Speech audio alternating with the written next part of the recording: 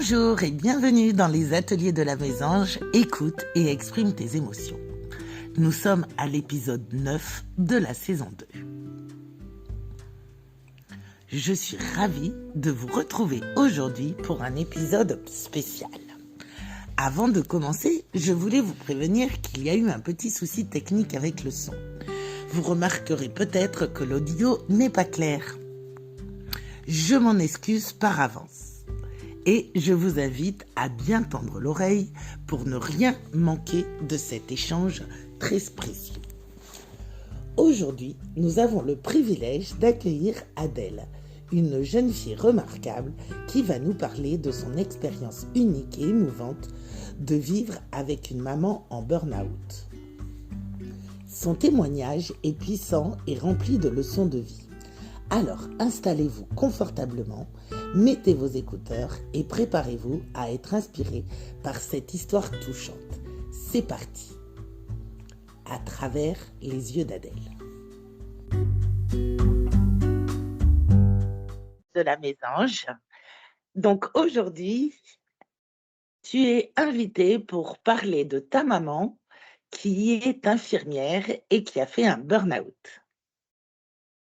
Bonjour. Alors, Adèle, peux-tu te présenter et nous parler un peu de ta famille? Du coup, bonjour, moi je m'appelle Adèle, j'ai 23 ans, je suis en études de kinésithérapie. Ma famille, je pense, la décrire, solidaire, unie et punk. À quel moment as-tu commencé à remarquer que quelque chose n'allait pas chez ta maman? À partir du moment, en fait, déjà, elle s'est mise à pleurer beaucoup, sans forcément avec raison, mais des fois, c'était un peu trop. Enfin, il y avait pas forcément de raison à ça. Donc voilà, c'était plus, oui, pour conclure avec un changement de comportement, et une émotionnalité, exacerbée.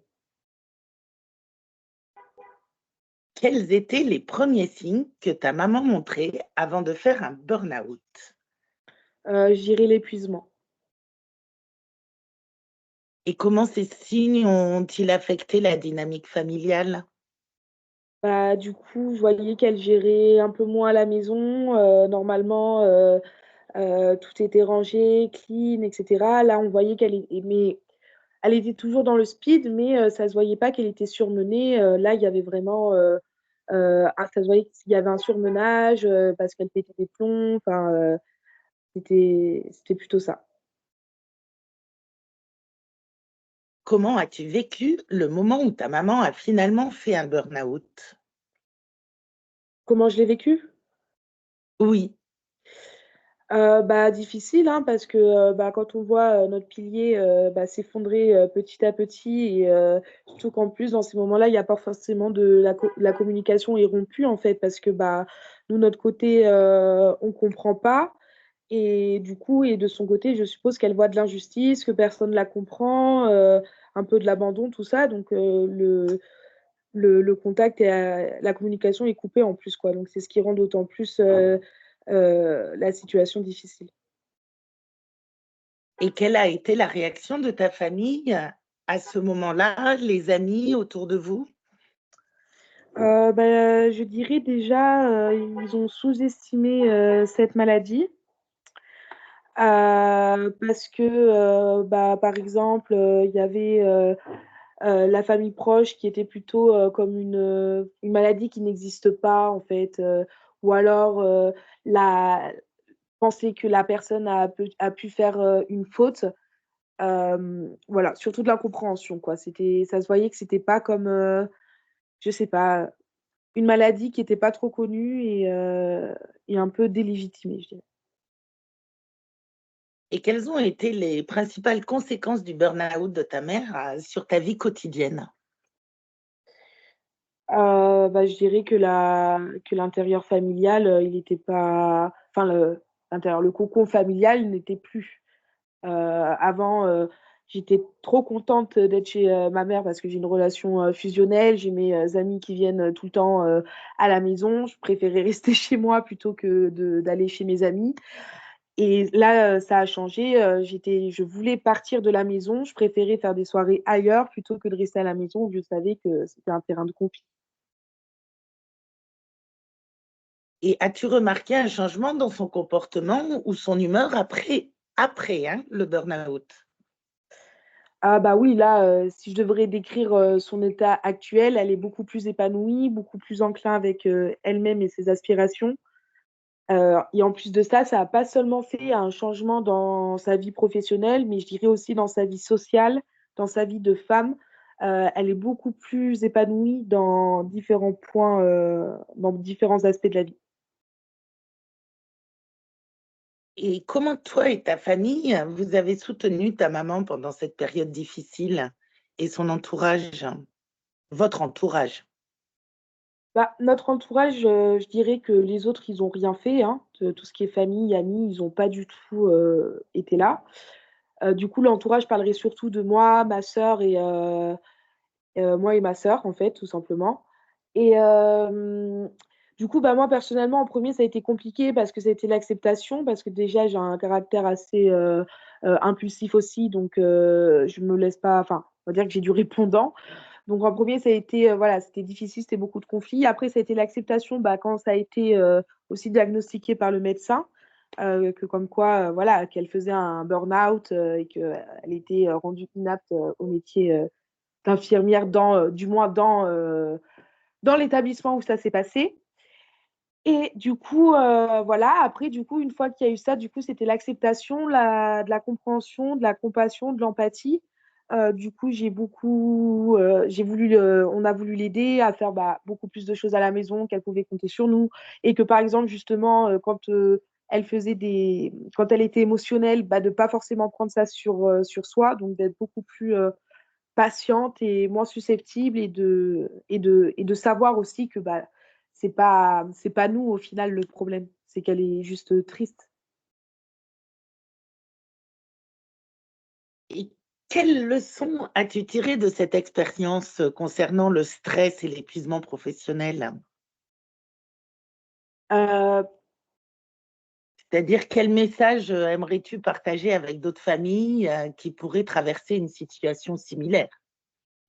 bah déjà, c'est de se dire que on va s'en sortir dans tous les cas, peu importe quand ça arrive, mais en tout cas, il y aura forcément bah, l'arrivée au bout du tunnel. Et du coup, voilà, et aussi surtout d'avoir de la patience, comme j'ai dit, de l'empathie et de la compréhension et vraiment de se dire que c'est pas nous le problème, c'est pas à nous qu'elle nous en veut, c'est pas à nous envers nous qu'elle est méchante. Enfin méchante, on s'entend, mais c'est voilà quoi, c'est juste un état de mal-être et il faut juste être là, la soutenir, la complimenter, lui faire relativiser aussi, hein. Moi, je lui disais, regarde, t'as ta fille qui fait des études, t'as ta petite fille aussi qui fait pas de bêtises, on est unis, on est soudés, t'es une super maman, la vie est belle.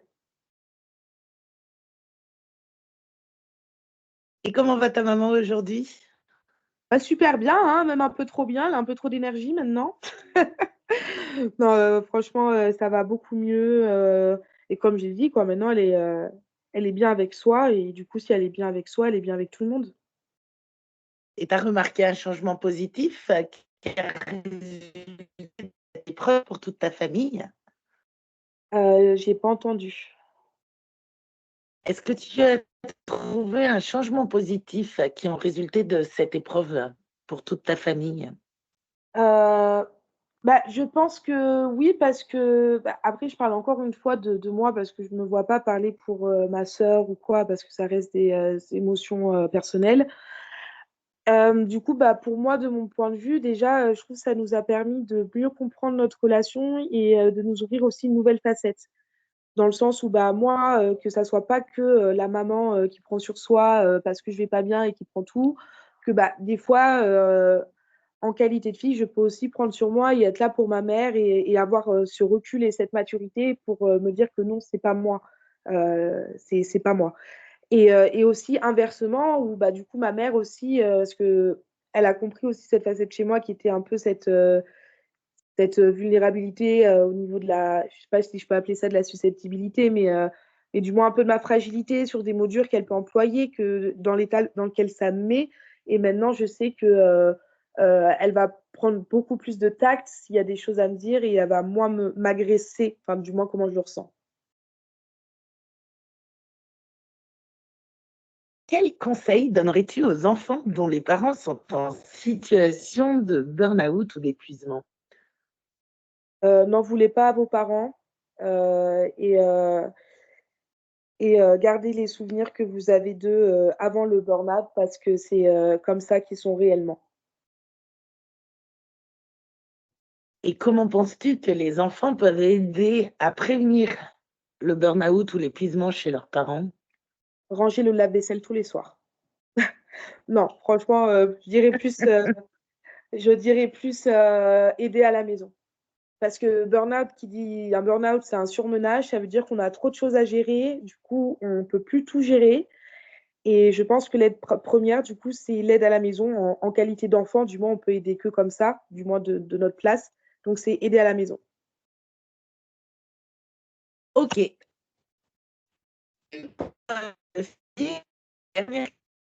Quand tu as vu ta maman donc avec un burn-out, toi, est-ce que tu arriveras à te préserver de cet épuisement professionnel? Bah alors, je répondrai tout simplement qu'en théorie, oui, parce que bah, j'ai eu l'exemple type, mais en pratique, je pense que ça reste quelque chose d'assez compliqué parce que je pense, enfin, du moins de ce que j'ai vu, on s'en rend pas compte en fait.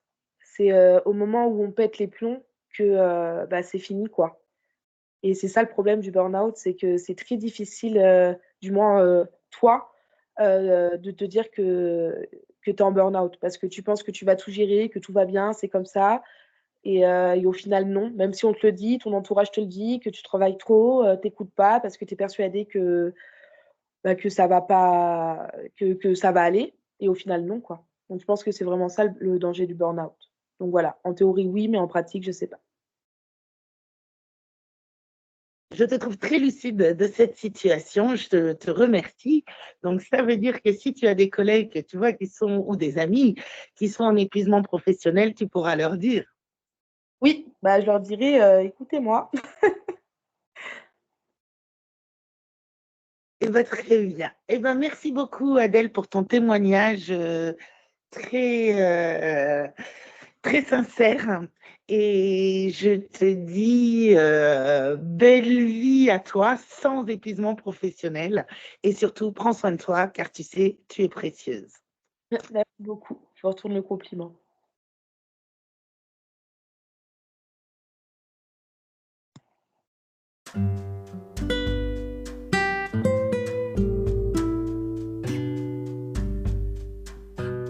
Merci infiniment à Adèle pour ce témoignage poignant. Sa force et sa résilience sont une véritable source d'inspiration. Avant de nous quitter, je tiens à vous rappeler que notre prochain épisode sera tout aussi captivant. Nous aurons le privilège d'entendre une jeune fille de 12 ans qui partage son parcours face aux défis du stress et de l'émotion de sa maman à un si jeune âge. N'oubliez pas de vous abonner pour ne pas manquer ces épisodes spéciaux et pour bénéficier de conseils et de stratégies pratiques sur la gestion du stress et des émotions. Et si vous avez quelqu'un que vous connaissez qui a besoin d'un soutien personnalisé pour retrouver l'équilibre et le bien-être, n'hésitez pas à me contacter. Vous avez tous les liens en descriptif. Ensemble, nous pouvons surmonter les défis et créer un chemin vers une vie plus épanouissante et sereine.